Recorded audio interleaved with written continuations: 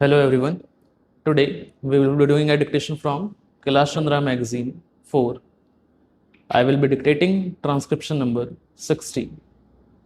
We will start the dictation in 10 seconds.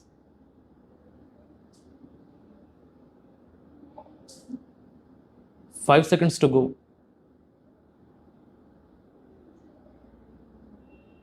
Start.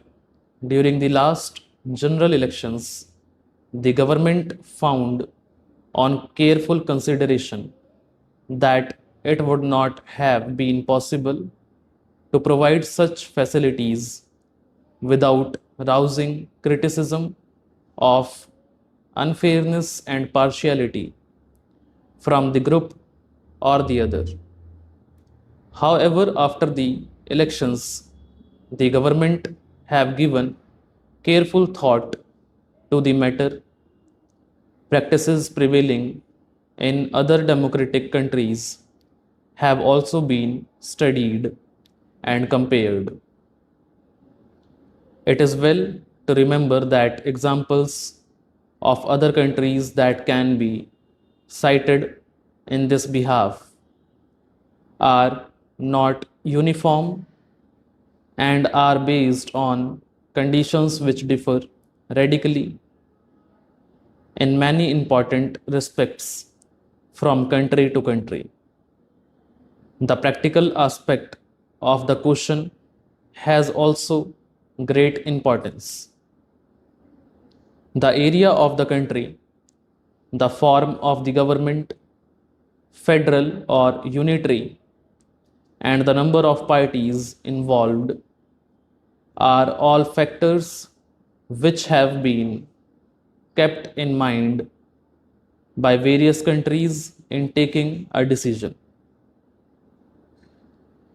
In USA, where broadcasting is run by private enterprise, though certain principles of equal opportunity have been laid down by the Federal Communications Commission, in practice it is a rare occurrence because time has to be purchased and a great deal of bickering and dissatisfaction always exists. In Great Britain, only since war, opportunities have been provided for a few election broadcasts.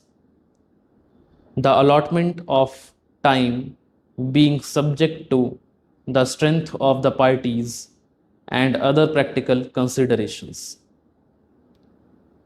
In countries like Switzerland, no time is permitted for election purpose on the ratio, while in France it is given, though the time allotted is extremely short, 5 minutes or less. It is clear from a study of foreign practices that each country has taken the conditions prevailing there and also the number of parties and other factors into consideration. The analogy of other countries, therefore, is of not much validity in coming to any conclusion as far as India is concerned. Taking into consideration the conditions prevailing in our country, the government feel that it would be extremely difficult, if not possible, to make satisfactory arrangements for giving such facilities to all political parties. Besides the points mentioned above, another important factor has to be considered. In other countries, for national broadcasting, only one language is used, and that too only in national elections. The exception is Switzerland, where there are three languages, that is one One of the important reasons that Switzerland does not permit the use of national radio for election purposes and even for commercial purposes. In India, we are confronted with the task of providing facilities in 12 languages besides English, and they would be asked to give equal facilities from stations of All India Radio, which are 26 in number. Moreover, in working out any practical formula, it has to be remembered that the number of parties which we have to be provided with these facilities comes to nearly 26.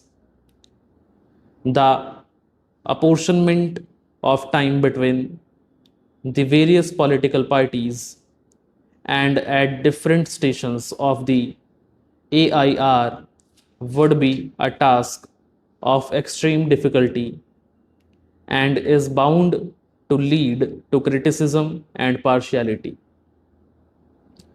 The determination of the principle for the purposes of allocation of time will also lead to much controversy. Language stations of regional centers of AIR might have to cater to a large number of parties and provide them with the time for broadcast in at least 2 or 3 languages and sometimes more. Apportionment of time is made in different countries in different manners. Some doing it on the number of votes polled, others on the number of candidates put up by the parties. We feel that any such apportionment would result in recriminations and criticism of government. On the other hand, if all parties have to be provided with equal time, the normal activities of the AIR stations will have to be drastically curtailed during the election time. The proposal to provide broadcasting time in a fair and reasonable manner, therefore, seems almost insoluble in practice.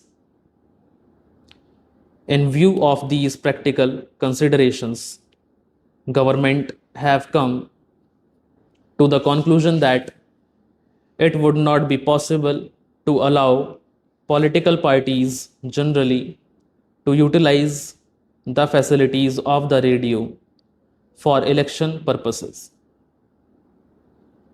However, government feel that an experiment permitting such utilization on a restricted scale might be tried in order to see whether such facilities can be used for specific election purposes without taking a much major part of the time of the radio and also without leading to a charge of discrimination or partiality. It has been decided that the 4 All India parties recognized by the Election Commission might be allowed the facility of supplying a summary of their elections. Manifestos prepared by themselves, which will be broadcasted by AIR subject to usual rules.